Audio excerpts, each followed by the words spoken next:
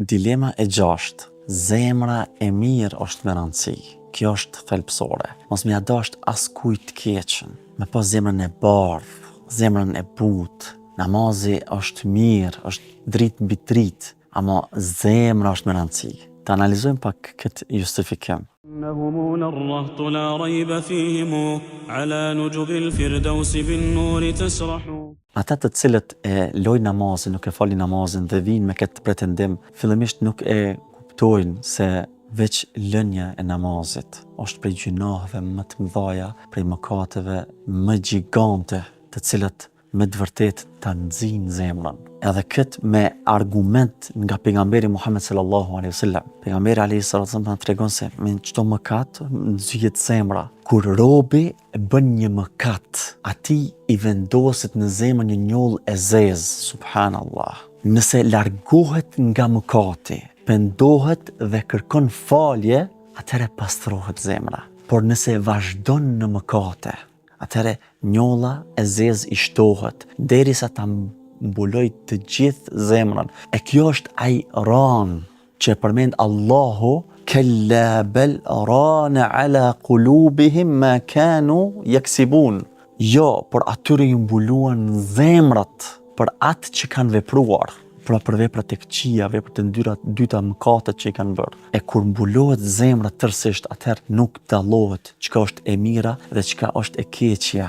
Që është gjendra më e keqe që ka mundësi me ndodh. Me lënien e namazit po ndodh kjo. Do thonë po nxihet zemra. Edhe pejgamberi alayhis salam në hadithin që përmendëm, nëse pendohet, çka tha? Nëse e lën mëkatin, nëse pendohet dhe kërkon falje, me çka është me u pendu? Me lonat mëkat. Do thonë me ja nis namazit. Kur ja nis namazit, atëherë pastrohet zemra. Por ndryshe mbulohet zemra, sepse vazhdimisht çdo namaz që nuk e fal, zemra nxihet. Si ka mundësi pra kështu me qenë zemra e bardhë kur vazhdimisht nxihet zemra me lënien e namazit? Kjo është e pamundshme. Kjo e kundërshton realitetin. Edhe pretendimi se zemra e mirë, na nuk e shohim zemrën e askujt, as zemrën tonë nuk e shohim mirë, ama zemra e mirë është ajo që i bindet Allahut subhanahu wa taala, ajo që i nënshtrohet Allahut subhanahu wa taala, ajo që i zbaton urdhrat e Allahut azza wa jall, ajo që largohet nga ndalesat e Allahut subhanahu wa taala, ajo që angazhohet me vepra të mira. Dhe zemra është baza, ama veprat janë ato që tregojnë se çfarë zemre ki. Veprat tregojnë se çfarë zemre ki.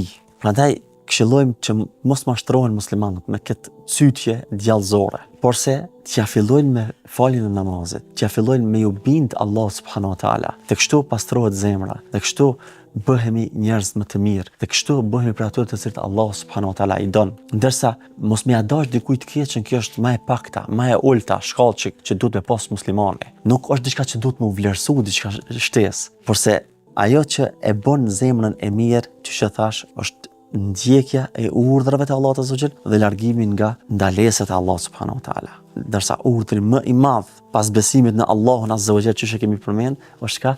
Është falja e namazit. Është shtylla e fesë së Allahut subhanahu wa taala. Prandaj fale namazin nëse don që me pas zemër të mirë e të bardhë, me të pastru vazhdimisht zemra, fale namazin. Nëse nuk e fal namazin, zemra do të nxihet. Sepse mëkati e nxin zemrën, qysh e treguam në hadithin e pejgamberit sallallahu alaihi wasallam. Lutë Allahun azza wa jall që në këto ditë të bekuara të Ramazanit, Allahu subhanahu wa taala ta bëj prej atyre të cilët i binden urdhrave të Allahut subhanahu wa taala, lidhen fuqimisht me Allahun xhelle xhelalu. E lidhja më e fuqishme me Allahun azza wa jall është namazi. Walhamdulillahi rabbil alamin. Wassalamu alaikum wa rahmatullahi wa barakatuh. إنهم الرهط لا ريب فيهم على نجب الفردوس بالنور تسرح.